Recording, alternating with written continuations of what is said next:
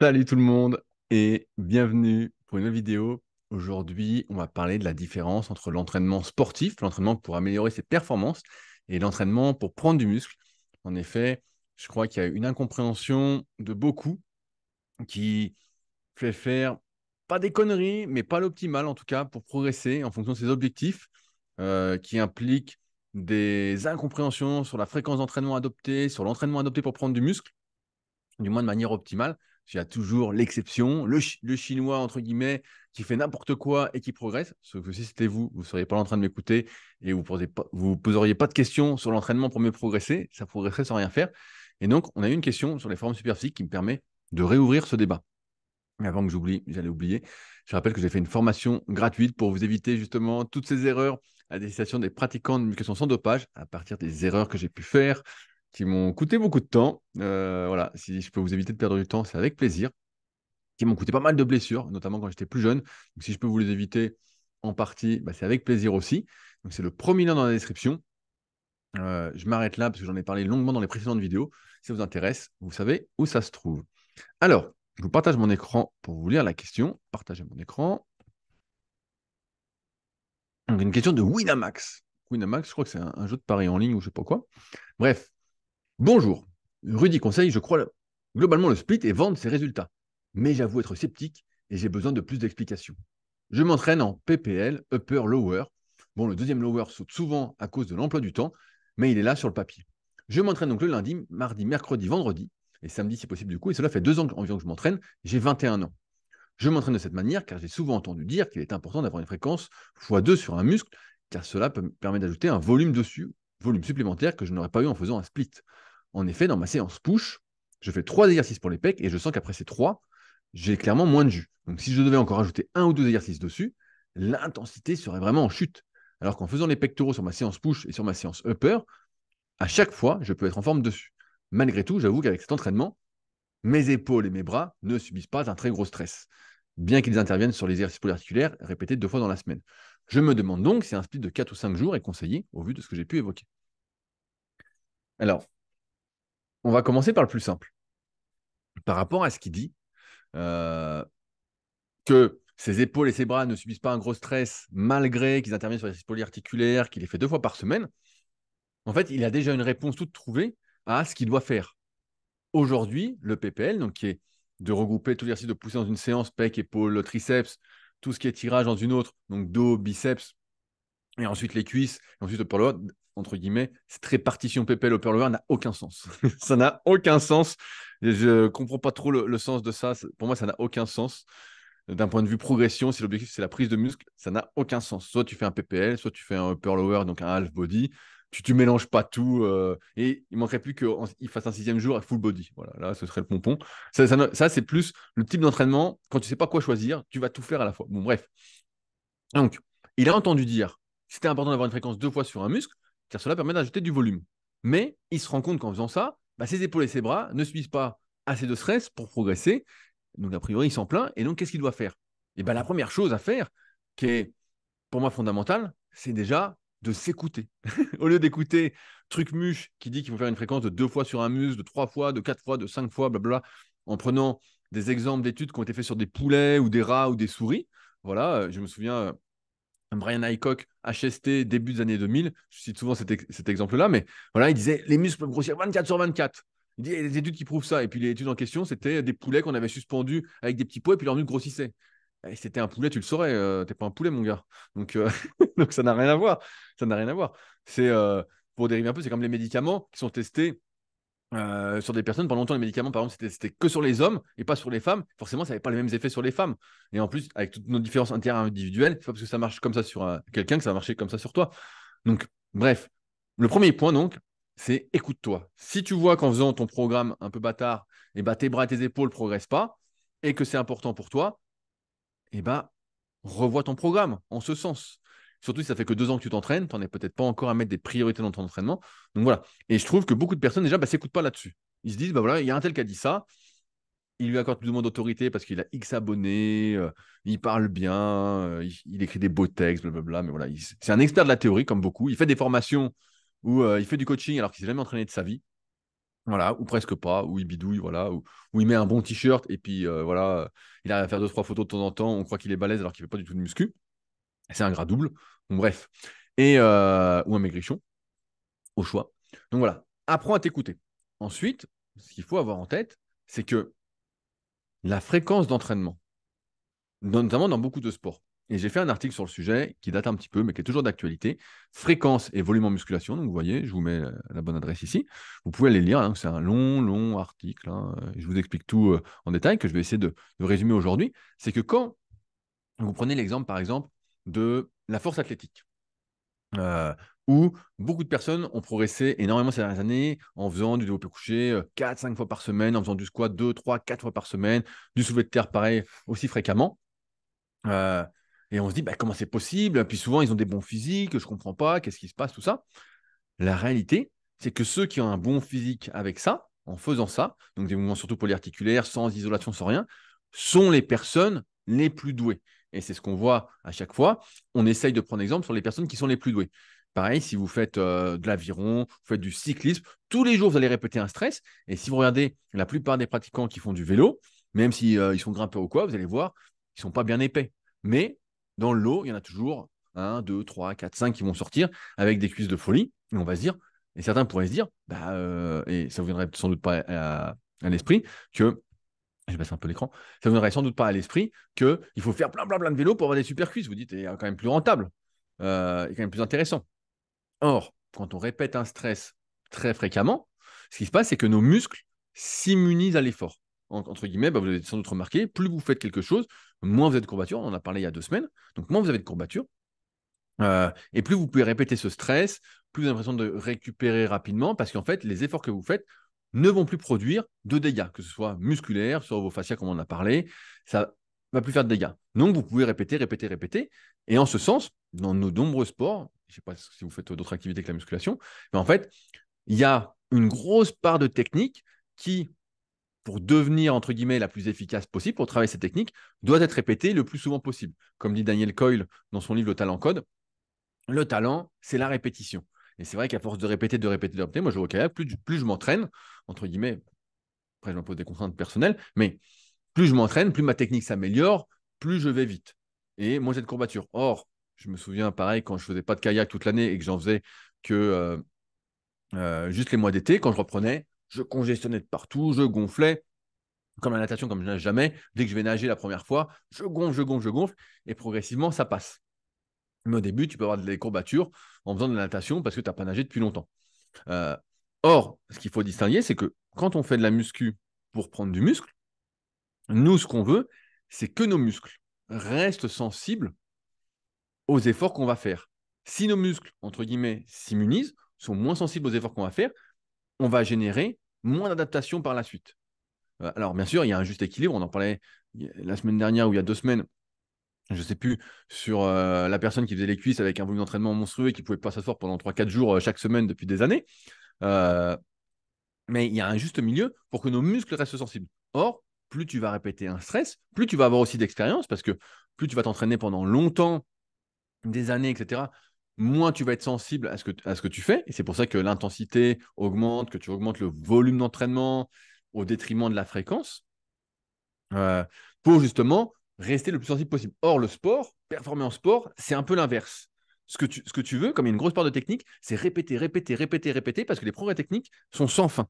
Et tu veux surtout pas avoir des courbatures, tu veux surtout pas avoir des désagréments, voilà, une récupération restreinte. Alors qu'en muscu, pour prendre du muscle, ce que tu veux justement, c'est être sensible aux efforts que tu vas faire. Alors, je te donne un exemple encore une fois. Brian Hickok, encore une fois, le HST, il n'y avait pas que des mauvaises idées.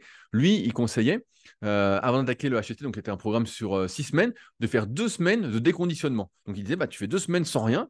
Donc ça fait partie du programme et de ce qu'il vendait. Hein. Et il dit, bah, comme ça, tu vas te resensibiliser à tous les efforts. Et c'est vrai que si vous êtes déjà parti en vacances, pardon, et, peut-être une semaine ou deux, vous n'avez rien fait, et quand vous reprenez, vous avez souvent des courbatures affreuses. Vous ne pouvez plus bouger. Moi, je le vois avec mes élèves, encore une fois, en coaching à distance. Des fois, ils ont des vacances ou quoi, ou un imprévu, ils doivent sauter une séance. La semaine d'après, je dis, bah, tu seras puni, tu verras, tu auras des courbatures de chien. Et ils ont des courbatures de chien. Parce que c'est trop important. Le stress est devenu trop important parce qu'ils se sont vraiment trop désensibilisés. D'où l'importance de la progressivité. Donc ça, c'est le deuxième point. Il faut bien avoir en tête cette grosse différence fondamentale en Je veux que mes muscles soient sensibles, donc il ne faut pas que je répète le stress trop souvent. Mais quand je fais ce stress, il faut qu'il soit important en termes d'intensité, en termes de volume, et de plus en plus important sur ces deux facteurs-là à mesure que je progresse pour continuer à y être sensible. À l'inverse de l'entraînement sportif, où je veux justement désensibiliser mes muscles, parce que la performance, en fait, dans beaucoup de sports, elle n'est pas dépendante des muscles. Elle est dépendante en partie des muscles, mais de votre système nerveux, de votre technique. On minimise vraiment la technique, mais pareil, plus vous allez courir, c'est pour ça que dans les sports d'endurance, plus vous allez faire votre activité. On dit que le volume d'entraînement est déterminant sur des années, parce qu'effectivement, plus vous allez répéter, plus vous allez avoir une belle économie d'énergie. On dit une économie de course en course à pied, par exemple, plus vous allez pouvoir rebondir, moins ça va vous coûter en termes d'énergie. Et plus vous allez faire de vélo, de cyclisme, plus vous allez développer une bonne technique. Alors au début, on se dit, bah non, mais le vélo, c'est le vélo. C'est quand on n'a jamais fait. C'est pas du comme ça. Pareil, la natation, tous les sports, c'est comme ça. Et c'est pour ça que on répète, on répète, on répète pour travailler techniquement, parce que la technique a beaucoup plus d'importance sur la performance que le développement de vos muscles. C'est pour ça que, en fonction de ce qu'on veut faire, de ce qu'on veut développer, c'est hyper important de se dire qu'est-ce qui est partie prenante dans la performance et qu'est-ce que je dois mettre en place comme entraînement pour m'aider à progresser. Moi, c'est une question que je pose souvent aux sportifs que j'ai, par exemple, soit en endurance, soit sur d'autres activités, sur d'autres sports qui veulent performer, et donc je gère la partie muscu ou la partie cardio, conditioning. Quels sont les objectifs? Ok, qu'est-ce que tu manques à ton avis? Moi, je fais mon analyse aussi sur le sujet, et on détermine ensuite une fréquence d'entraînement. Est-ce qu'on répète les mêmes exercices? Est-ce qu'on ne les répète pas? Est-ce qu'on change le stress? Bref, plein de choses différentes. Mais c'est pour ça que faut faire attention à ce que tu peux lire à droite à gauche, Winamax ou d'autres qui regardent cette vidéo qui sont un peu perdus, c'est que quand on regarde les études pour de vrai en détail et qu'on ne nous dit pas d'après une étude, nanana, celui qui a lu l'étude, il fait son interprétation. Et souvent, interpréter une étude, c'est pas aussi simple que ça. Malgré tout, de mon expérience, pour en avoir lu un paquet aussi depuis des années, ça fait longtemps que j'en ai pas lu, mais quand j'étais plus jeune, j'en lisais plein.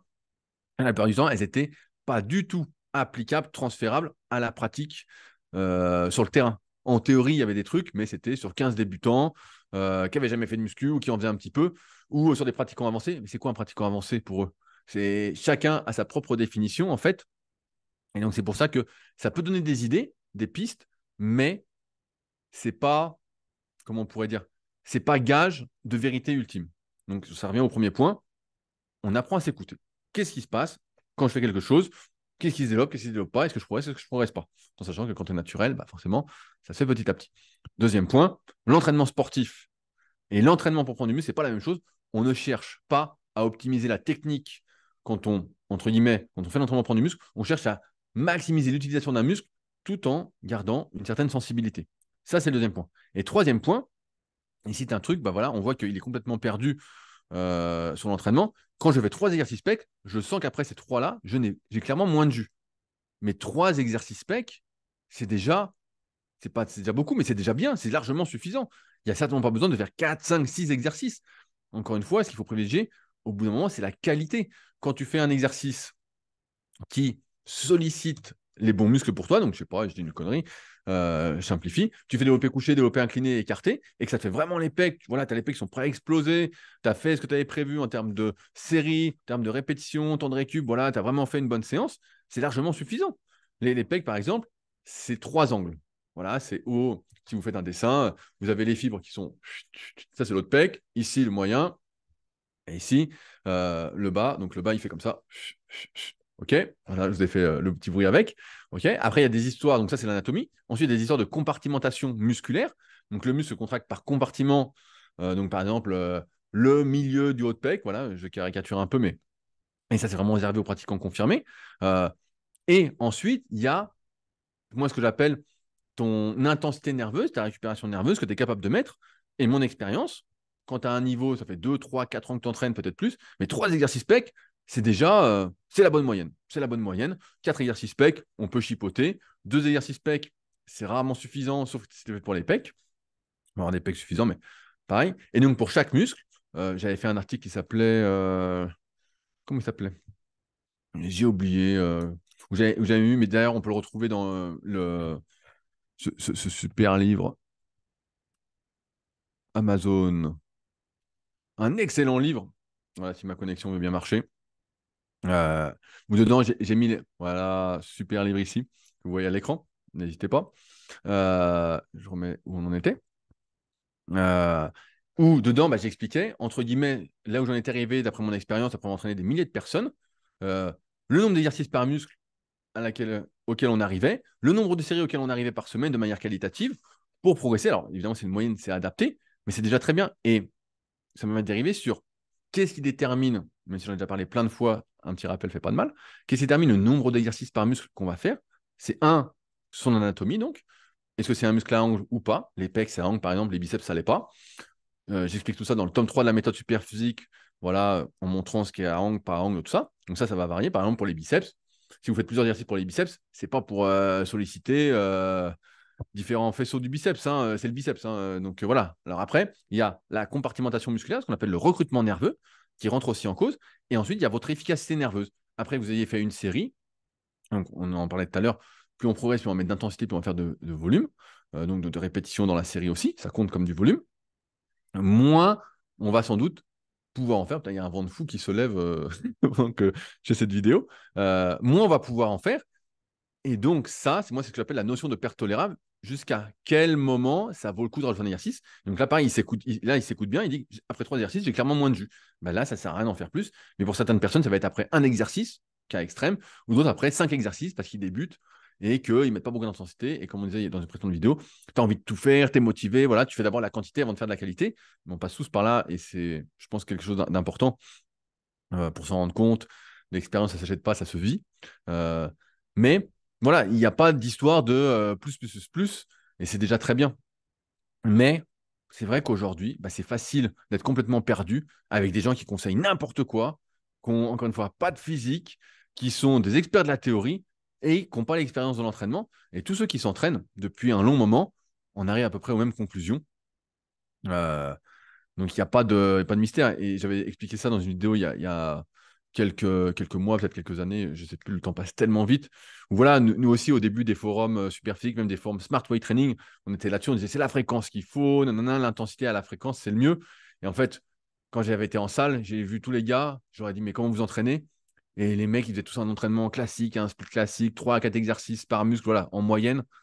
Moi que j'ai affiné ensuite dans le bouquin avec l'expérience. Mais voilà, ils s'entraînaient classiquement. Tout ce qu'on critiquait, on disait, ouais, c'est pas normal, nanana. Mais en fait, tout s'expliquait. Et en fait, tout ce qui était avant, c'était de la prise de tête. C'est comme le bouquin Big Au-delà du possible, qui est un super bouquin. Vous lisez, vous dites, ouais, voilà, c'est ce qu'il faut que je fasse tous les jours, tous les jours, tous les jours. Et c'est normal parce que dedans, ils prennent l'exemple des haltérophiles qui, eux, effectivement, font un sport hyper technique, qui faut répéter, répéter, répéter, où le stress musculaire est très peu important parce que tu fais que des séries courtes, des séries courtes, des séries courtes, avec des longs temps de récupération. Et où, en fait, c'est ça qui est déterminant. C'est ta technique, ta technique et ta force. Donc, c'est que du nerveux, du nerveux, du nerveux. Et c'est pas tes muscles. Et donc, le stress musculaire est moins important. Et donc, un bouquin Big du possible, l'erreur qu'ils ont faite, pour moi en tout cas, et pour tous ceux qui ont pu tester, et pas avec succès, c'est qu'ils ont voulu décliner ça pour prendre du muscle. Sauf que quand tu fais pec, dos, biceps, épaules, triceps, quand tu fais tous les muscles tous les jours, même si tu fais que 3 4 séries, même si c'est des séries, des fois c'était légère, des séries de 15, mais en fait, ça va pas, tu as mal partout en fait. T'as mal partout. Parce qu'à un moment, tu peux pas supporter de forcer tous les jours. Et en plus, il fallait forcer à fond. Et si tu forces pas, bah, en fait, ça a moins de sens parce que tu fais qu'un exercice par muscle. Ton stress musculaire, pour moi, est pas assez intense. Au bout d'un moment, il n'est pas assez intense, pas assez fort pour déclencher des adaptations. Et donc, en plus, bah, tu es fatigué sans être fatigué. Donc, en fait, tu fais rien. Tu fais un PP, le Pearl Hour parce que tu sais pas trop quoi faire et tu es paumé. Donc, conclusion, Winamax, fais un split 4 ou 5 jours par rapport à ce que tu as dit. Ça me semble être la bonne solution. N'aie pas peur d'en faire moins plutôt que trop. Sur le moyen et long terme, je le dis souvent, mieux vaut en faire moins que trop, mieux vaut mettre moins lourd que trop lourd, et tu verras, ça va porter ses fruits, tu peux y aller, tu n'auras pas de mauvaise surprise, mais c'est vrai qu'il faut se méfier parce que là, il y a des gens qui veulent vous faire perdre du temps en vous vendant des formations, en plus en vous dépouillant, donc voilà, les sagouins, hein, ils abusent, mais bon, c'est le net d'aujourd'hui, donc prudence à ceux qui ne veulent pas se faire prendre pour des moujons, pour des pigeons, voilà. Voilà ce que j'avais à dire sur le sujet. Ceux qui veulent aller plus loin, n'hésitez pas à lire cet article, Fréquence et volume en musculation. C'est un long article et je pense que j'ai tout bien résumé là-dessus. Les différences entre l'entraînement sportif, l'entraînement de la force, l'entraînement pour prendre du muscle. Tout est dessus. Et si vous souhaitez réagir, n'hésitez pas à la partie commentaire, le petit pouce bleu sous la vidéo, s'abonner. Voilà, il faut dire aussi s'abonner si vous ne souhaitez pas, ne pas louper les prochains contenus sur la chaîne. Et nous, on se retrouve bientôt pour une nouvelle vidéo. Allez, salut à tous.